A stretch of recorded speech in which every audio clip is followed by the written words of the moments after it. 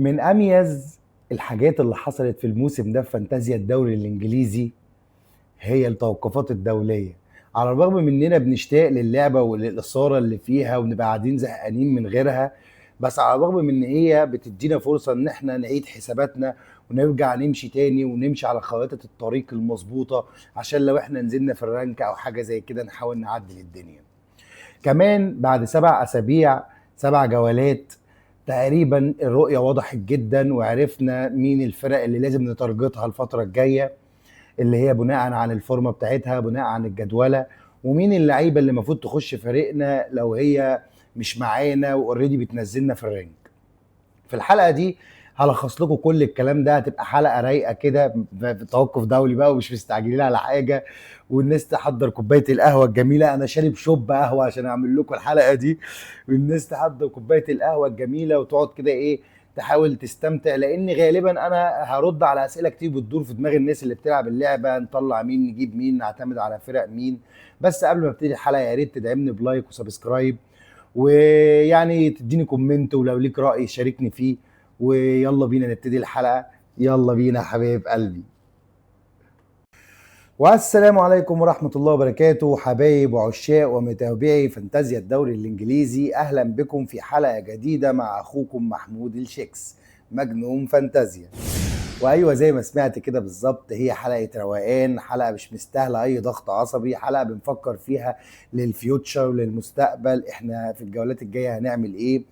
فعلى حسب برضه الفرق اللي هنتارجتها واللعيبه اللي هنتارجتها، على حسب الجدوله وعلى حسب الفورمه.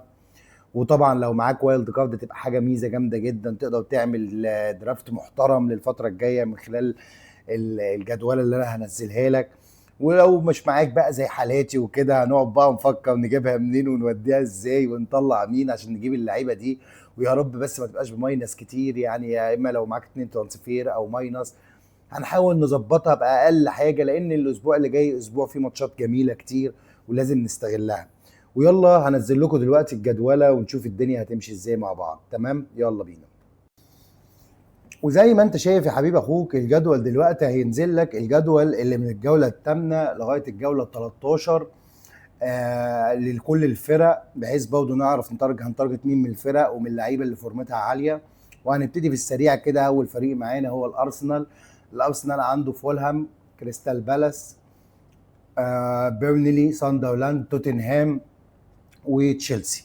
هو الجدوله من بعيد كده تبان ان هي صعبه قوي، بس الارسنال بصراحه في الفتره دي الارسنال كويس جدا، وما اعتقدش ان هو هيتخلى عن عن المقعد اللي هو فيه في البريمير ليج.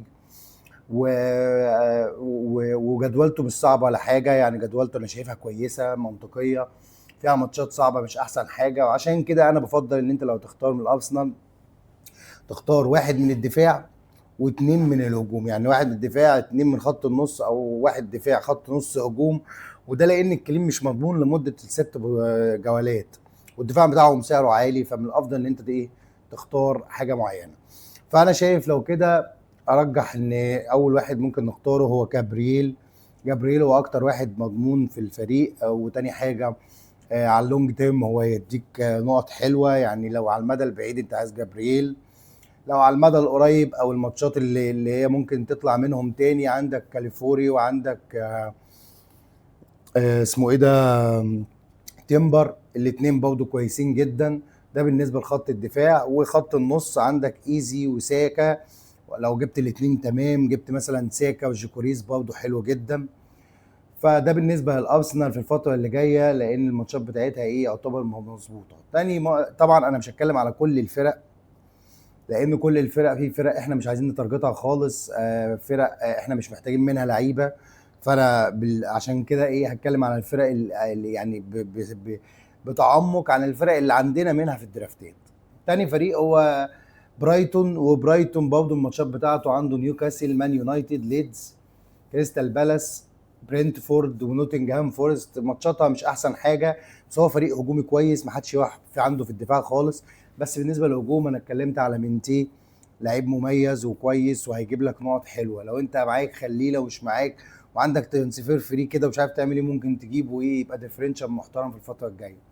طبعا الفريق اللي بعده هو وولفز، ما فيش حد عنده اي حاجه منه، وفريق مش محتاجين نتكلم عليه كتير الا لو في حد لسه عنده دفاع منه، ممكن ينزلوا الماتشين الجاي بس يسيبهم عشان في ساندرلاند وبيرنلي. غير كده ما حدش يفكر يشتريه ونبعد عنها خالص. طبعا الفريق اللي بعده الرابع هو تشيلسي، وده مهم بالنسبه لنا فانتزي. فتشيلسي عنده نوتنغهام فورست، ساندرلاند، توتنهام، وولفز، برايتون، ارسنال. انا شايف ان جدول تشيلسي مش وحشه خالص، وعنده ممكن ماتشين تقريبا هم اللي جامدين قوي من الست جولات اللي جايين، اللي هو توتنهام وارسنال. غير كده انا شايف ان احنا ممكن يعني نختار منهم لعيبه تنفعنا، بس عامه برضه ما تروحش الدبل دفاع منهم، لان هم اصلا في الكليم في العادي معفنين جدا، ما بيعملوش اي كليم. حاول تروح لخط النص او الهجوم. يعني طبعا بالنسبه للهجوم هتروح لجواو بيدرو، كده كده الملكيه بتاعته حلوه، وفي ظل الغيابات زي بالمر مش عارف ايه ده بيحفز نقطه اكتر ويقعد اكتر 90 دقيقه. وعندك نص الملعب كايسيدو، انا شايفه اكتر واحد مضمون وبيعمل يعني وحش في النقط الدفاعيه، وبقى بيجيب اجوان وبيعمل اسيستات وفظيع بصراحه على الفلوس بتاعته كمان. ولو انت عندك في الدفاع حد كوكوريلا تشالوبا ده سيبهم، برضه ممكن تستفاد منهم في التيرن اتاك اللي ممكن يعملوه لك. غير كده احنا لغايه دلوقتي مؤكد غياب بالمر، فلو الموضوع فضل بنفس الشكل ده هيبقى الاختيارات اللي انا قايلها. وفي واحد ديفرنشال اللي هو ستيفو، لو انت عايز تخطف ايه حاجه ديفرنشال في الكام جوله اللي جايين. الفريق اللي بعده هو ايفرتون عنده المان سيتي، توتنهام، ساندرلاند، فولهام، مان يونايتد، نيوكاسل. طبعا عنده ماتشات معفن جدا كله صعب، فانا برجح نتبعد عنه خالص. ويعني يا جماعه الناس جريت راحت تشتري جريليش يا جماعه الماتش الجاي هيلاعب مان سيتي فمش هيلعب، ده عشان هو اعاره وعشان في بنود بتقول كده. فاللي جابوه يعني للاسف استعجلوا جدا، والناس يا ريت تصبر على التغييرات، لان كل التغييرات اللي بتتعمل في نفس الجوله دي ما تعرفش اللعيب ممكن يتصاب او ما يتصابش. نفس الفكره اللعيب بتاع انتوني لما نيجي البيرنلي بس. تمام. زي ما انا قلت لك ايفرتون لو عندك نضاي سيبه طبعا، بس هو الماتشات صعبه مش احسن حاجه، وما تروحش ليهم للدفاع خالص. ولو عندك جريليش ممكن تسيبه للجوله دي تقعده دكه لو عندك بديل ليه كويس، والجولات الباقيه ممكن يلعب وبرضه ممكن يعمل حاجه. الماتش الفريق اللي بعده هو ويست هام مع نونو سانتوس. اعتقد ان هو الفريق هيتحسن جامد، اعتقد ان الدنيا هتبقى احسن. فيعني لو حد عنده بون ممكن يسيبه، بس هو ماتشاتهم مش احسن حاجه برضه. هو برايتون، ليدز، نيوكاسل، بيرنلي، بورنموث، وليفربول. يعني في كام ماتش ممكن تاخد منهم ايه نقط بس انا ما برجحش حد منهم الا لو عندك ضيوف، او ممكن تروح تجيب ضيوف، لان هو فعلا ضيوف ده اكتر لعيب في الدفاع جايب اسيستات في البريمير ليج من اول ما ابتدى من الجوله الاولى لغايه الجوله اللي فاتت، وهو في النقط الدفاعيه ممتاز، وهو وحش بصراحه يعني. فممكن بسعره اللي هو تقريبا 4.6 او حاجه زي كده ممتاز جدا، ممكن تنفعك في الماتشات اللي جايه. بس بعد كده هنخش على بيرنلي نفس الكلام، انت ما عندكش حد تعتمد عليه، بس هو عشان جدولتها السهله لو عندك منها دفاع او دبرافكا ممكن تلعب الماتشين الجايين اللي هو ليدز وولفز. بعد كده ارسنال ممكن تقعدوا دكه، بعد كده ويست هام ممكن يلعب، وتشيلسي وبرايتون تقعدوا دكه، ولو عندك دفاع تعاملوا نفس الموضوع.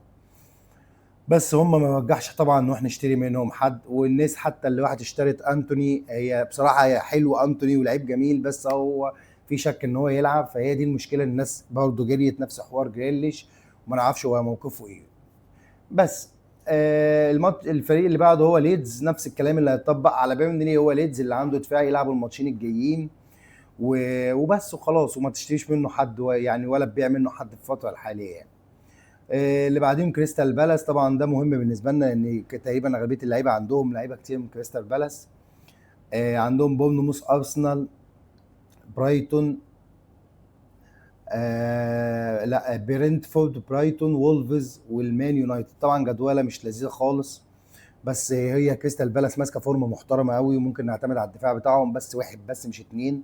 وطبعا لو عايز تعتمد على حد تاني يبقى اسماعيل صار في خط النص، لان ده ما بيفرقش معايا، هو اللعيب فورمه زي ما ابتدينا، زي ما كنا بنتكلم ان احنا بنعتمد برضه على الفورمه طبعا. فممكن تجيب اسماعيل صار، ولا من الناس اللي بفكر اروح اجيبه يعني. والدفاع طبعا لو عندك منيوس سيبو، عندك جويهي سيبو، عندك ريتشاردز سيبو، كله هينفعك، لان هم برضه الدفاع بتاعهم كويس وبيعمل اسيستات وبيجيب اجوان، فبرضه مش وحشه كريستال بالاس جميله. الفريق اللي بعده اللي هو اللي انا بفكر برضه نتارجت منه هو نيوكاسل. عنده الماتش اللي جاي بقى ايه صعب شويه هجوميا، ممكن يروح الكلين بس من بعديه يعني عنده برايتون وبعدين فولهام ويست هام برينتفورد مان يونايتد ايفرتون، جدوله جميله جدا. يعني ممكن نعتمد على الدفاع منهم زي دان بيرن او ليفرامينتو لو مش مصاب، ده حاجه وعندي فولتميدا في الهجوم كده كده انا بحبه جدا وهو اللعيب فورمه ممتازه، وانا الصراحه برضه هروح اجيبه. ده بالنسبه لنيوكاسل. لو تعرف تجيب منهم ثلاثه حتى في خط النص، لو تفكر في جوردن مش وحش خالص. الناس اللي بتفكر تطلع من صلاح ممكن يروحوا لجوردن ويوفروا الفلوس. فنيوكاسل شايف ان هي تتارجت، وكمان دفاع واخد عامله كلين كتير وفريق ممتاز بصراحه يعني. اللي بعده هو توتنهام واستون فيلا. عنده استون فيلا ايفرتون تشيلسي مان يونايتد ارسنال فولهام. طبعا توتنهام خدت راوند الماتشات الجميله كلها في البدايه والناس فرحت بيهم، ودلوقتي دخلوا على الماتشات الصعبه. فانا بالنسبه لي حتى الدفاع ممكن تصبر عليه الجوله دي ومن بعد كده تبيع، ما تخليش حد من الدفاع عندك، وهو قدوس بس اللي يفضل لانه ضامن مكانه ولاعيب كويس جدا. وبصراحه هو فارق مع الفريق. ريتشاردسون مشكلته معايا في الروتيشن، فعشان كده برجح ان انت تخلي قدوس منهم من بعد الجوله دي. قدوس ممكن يقعد معاك شويه، انما الدفاع اخره الجوله دي وودي يا معلم. بعد كده ليفربول عندها المان يونايتد برايتون استون فيلا مان سيتي نوتنجهام ويست هام. طبعا ليفربول احنا كده كده ناس كتير ما عندهاش دفاع، الا لو حد جايب فيرجيل ممكن يسيبه، لان فيرجيل بيعمل النقط الدفاعيه، بياخد نقط دفاعيه وبيعمل شغل حلو. بس انا شايف ان مفيش كلين في الماتشات اللي جايه، فارجح ان هم لو حد عنده صلاح زيي ممكن يسيبه انا بصراحه مستخسر ادفع ال 10 ونص في ايزاك. يعني انا لو اتيكيتي بيلعب انا بالنسبه لي افضل بكتير. وبس فيعني ما تحاولش تجيب منهم لعيبه الفتره دي. انما بس لو عندك لعيبه ممكن تسيبها، ممكن تعمل لك حاجه في الماتشات اللي جايه دي. وبعد كده برينتفورد عندها ويست هام ليفربول كريستال بالاس نيوكاسل برايتون وبيرنلي. طبعا جدوله مش احسن حاجه ومش لذيذه، وكده كده مفيش حد عنده من برينتفورد، نادر، مش هنتكلم عنها كتير. فولهام نفس الكلام، جدوله صعبه جدا. ارسنال نيوكاسل، بعد كده وولفز وايفرتون وساندرلاند توتنهام، جدوله صعبه جدا جدا. يعني انا شايف ان لو عندك لعيبه من الهجوم زي ايوبي ولا كينج زيي تطلعهم. ادرسون انا ممكن اخليه عشان في ماتش مثلا زي الماتش بتاع وولفز ممكن انزله يجيب لي نقط دفاعيه، وهو في العادي بيجيب نقط دفاعيه وهو بصراحه لعيب ممتاز. بس كده غير كده ما حدش هيشتري منها حاجه الفتره الجايه. نوتنجهام فورست طبعا الحاله العامه بتاع نوتنجهام فورست وحشه قوي قوي قوي قوي، ومن بعد ما جه انجي بوستوغلو وان كانوا احسن بكتير وافضل وشكلهم احلى بكتير مع نونو سانتوس. والمراوند الماتشات بتاعتهم مش احسن حاجه، وانا ما بوجعش منهم حد ولا دفاع ولا هجوم الصراحه ولا خط نص. لو في حد عنده حاجه من الهجوم من الدفاع ممكن يسيبه، بس انت شايف يعني عندك تشيلسي بورنموث مان يونايتد بعدها ليدز بعدها ليفربول، فالموضوع صراحه شايفه مستحيل يعني. بعد كده بورنموث طبعا برضه مهم بالنسبه لنا ان كلنا عندنا دفاع وعندنا خط نص اللي هو سينسي وسيمينيو. ماتشاتها للاسف مش احسن حاجه. كريستال بالاس نوتنجهام فورست هو ده الماتش اللذيذ، بعدين مان سيتي استون فيلا، وبعديه واتفورد، وبعدين سوري ويست هام وساندرلاند. فانا برضه برجح ان الدفاع بتاعها ممكن اسيبه، بس اطلعه ماتشات وانزله. بس سيمينيو هنسيبه لان فورمته عاليه وفي اي حد بيجيب اجوان كده كده. فسيمينيو كده كده من اللعيبه اللي هي ما تتباعش. بعد كده ساندرلاند طبعا مش مهتمين بيها قوي، عنده بس الماتش الجاي وولفز، لو عندك حد بالدفاع ممكن تسيبه. بعدها بقى راوند الماتشات مش احسن حاجه يعني تشيلسي ايفرتون ارسنال فولهام بورنموث، فما برجحش تجيب حد منه. استون فيلا نفس الكلام، الفريق فورمته لسه ما بانتش، يعني فورمته غريبه. الناس في كل الفرق الفورمات بتاعتها بينت الحلو كويس، ده فريق بالنسبه لي عليه علامات استفهام وماتشاته مش احسن حاجه. توتنهام مان سيتي ليفربول كده كده مش هنجيب منهم اي حد.